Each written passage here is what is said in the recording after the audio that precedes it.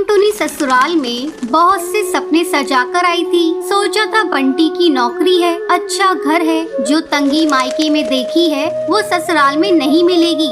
छोटा परिवार है, बंटी की 2 बहनें और माँ है, पिताजी थे नहीं। ससुराल में राज करूंगी। कुछ दिन बहुत अच्छे बीते, मगर एक दिन पता चला कि बंटी की नौकरी छूट गई। सारे सपने हवा हो गए।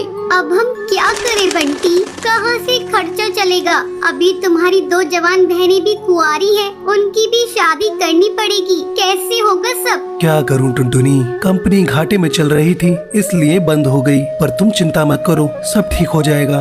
2 साल बीत गए मगर बंटी को कहीं काम नहीं मिला। जो जमा पूंजी थी उससे एक बहन की शादी कर दी। कुछ दिनों बाद टुनटुनी को एक बेटी हुई। टुनटुनी की चिंता और ज्यादा बढ़ने लगी। बंटी, अब हमारी बेटी हो गई है, अपनी इच्छाएं तो मैं मार भी लूं, पर बच्चे की जरूरतें वो तो पूरी करनी ही पड़ेगी ना।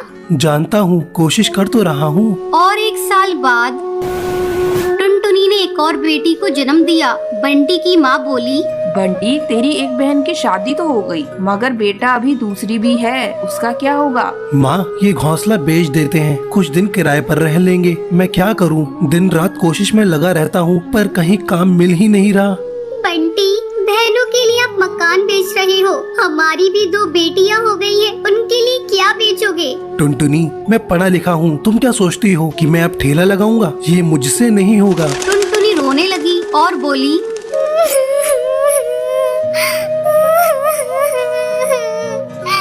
तो क्या मैं अपने बच्चों के लिए 10 रुपए के अनाज के लिए भी तरसती रहूं? दोनों बच्चियां दाने के लिए रोती रहती है, क्या पानी से उनका पेट भरती रहूं? जब तक कोई नौकरी नहीं मिलती तब तक तो कुछ कर ही सकते हो, या मुझे ही काम करना पड़ेगा?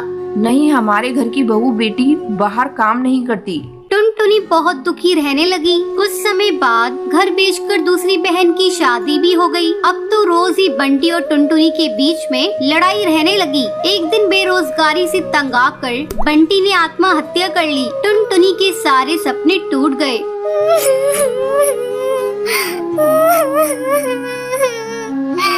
मैं बिल्कुल अकेली हो गई हूँ।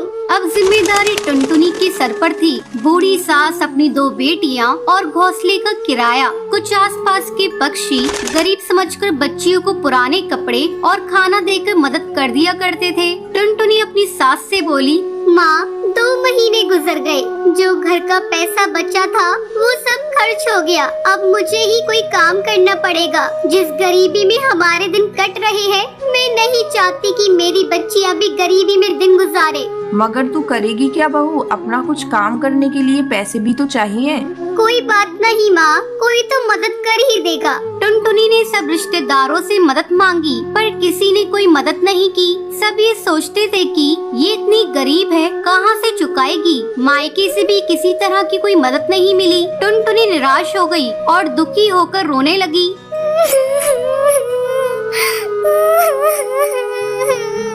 मैं अपने बच्चों को भूखा नहीं मरने दूंगी, कुछ ना कुछ करूंगी, पर इतने पैसों में क्या काम करूं? एक दिन उसे उसके ही जंगल का एक चिड़क गोलू मिला। वो टुनटुनी की शादी से पहले टुनटुनी को बहुत पसंद करता था, लेकिन उससे कभी कुछ कह नहीं पाया था। अरे टुनटुनी, कैसी हो तुम? और यहाँ कैसे? और ये क्या हाल बना रखा है तुमने अपना? गोलू, मैं ठीक हूँ, यहाँ पास में ही मैं किराए पर रहती हूँ। मगर पति तो नौकरी करते थे, फिर किराए पर कैसे?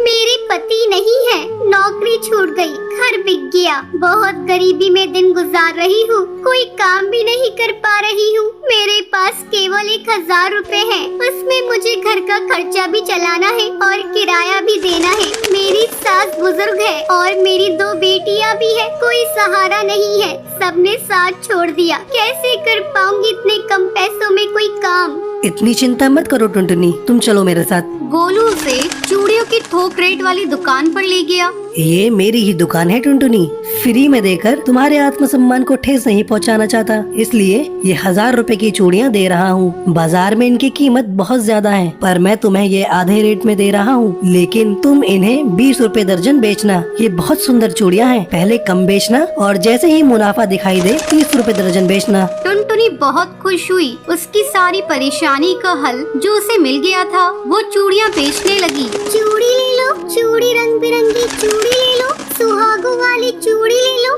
वो डाल डाल जाकर चूड़ियाँ बेचती और बीच बीच में आकर अपनी बेटियों को भी देख लेती। आसपास के पक्षी उसे गरीब समझकर मोल भाव भी नहीं करते। सबको उसकी चूड़ियाँ पसंद आने लगी और उसकी खूब बिक्री होने लगी। चूड़ियाँ तो टुनटुनी के पास ही सुंदर होती हैं, उसी से खरीदेंगे। तीज त्योहार पर और शादियों में चूड़ी पहनाने के लिए उसे ही बुलाया जाता था, जिसमें उसकी कमाई अच्छी हो जाती थी। इस तरह एक साल गुजर गया। टुनटुनी के अच्छे दिन आने लगे।